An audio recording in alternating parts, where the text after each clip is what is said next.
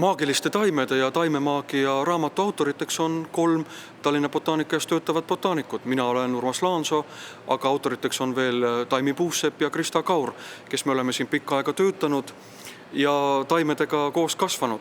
Selline mõte teha maagiliste taimede raamate tuli näituse külastajatelt. Me oleme varem päris mitu korda teinud müstiliste, maagiliste ja nõiataimede näitust ja näituse külastajad on mitu korda küsinud, et kust selliste taimede kohta informatsiooni lugeda eesti keeles, aga senimaani ei olnudki. Ja nii mõte sündiski kirjutada üks raamat. Raamatus on 101 üle maailma, Aafrika, Austraalia, Ameerika kui ka Euroopa maagilist taime valitud, aga tegelikult kogu maailmas on neid muidugi palju rohkem. Üks huvitavamaid või põnevamaid on loode Amazoniast pärit juurekas kurkpalm, keda indiaanlased on kasutanud poiste meheks saamise rituaalidel.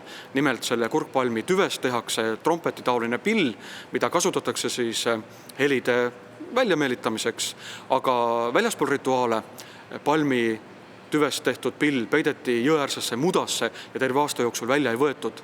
Kui parajasti rituaal toimus, siis tütarlapsed ja naised hoiti eemal ja nemad seda pilli häält kuulda ei tohtinud. Arvati, et see on halb enne ja hoiti poisid ja tüdrukud eri rituaalidel lahus.